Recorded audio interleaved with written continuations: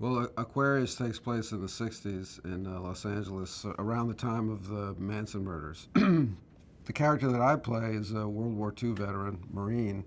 So he's come back from, he's a member of the Greatest Generation or whatever. He's come back from saving his country, and he comes back to see his country turning into something else. It's been fun for me to kind of get into the skin of this guy. He's very different from anything I've done before, so it was really nerve-wracking at first. Didn't know if I bought myself doing this, and then, kind of started to get more comfortable.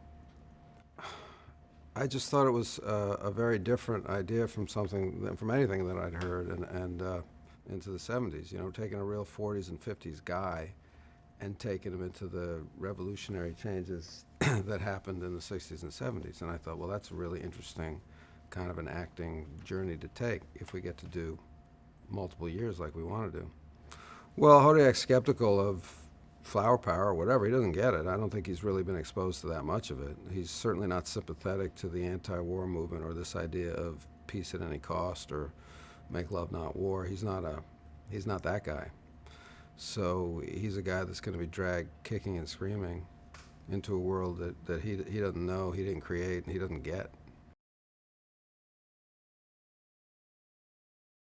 Really what happens is an old girlfriend of his that he still carries a torch for calls him and says her daughter's missing, and that kind of gets him into the world of Manson because it turns out she's gone off with Manson. So up until that point, that's not the kind of case that he would have investigated. He's a homicide detective, so he agrees to investigate that kind of under the radar. And I think that's what starts the problems for him.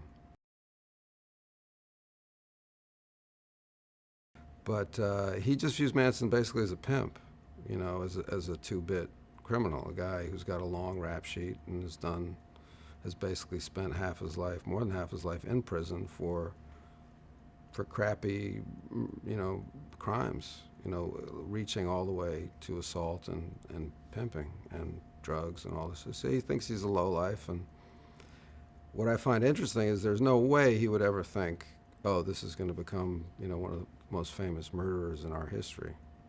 I've talked to Gethin about it, the actor who plays Manson, and he made a very interesting point, which was the Manson that we know on YouTube or whatever is kind of an act. That's the Manson who's incarcerated and knows he's the boogeyman and all that. But the Manson before that would have had to have been fairly seductive to get away with the things that he did. Not obviously a crazy guy.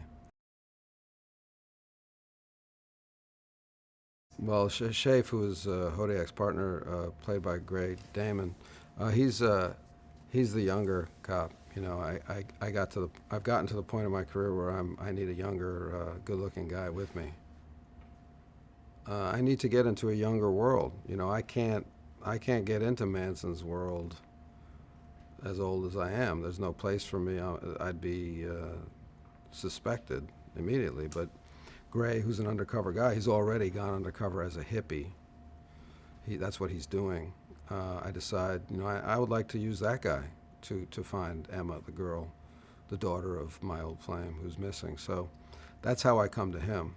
And he's more of the younger generation. He's a guy that doesn't necessarily rough people up. There's a kind of innocence to Shafe. There's an idealism, youth. There's a youthful idealism. So there's kind of a spot in Hodiak that is drawn to Shafe in that way.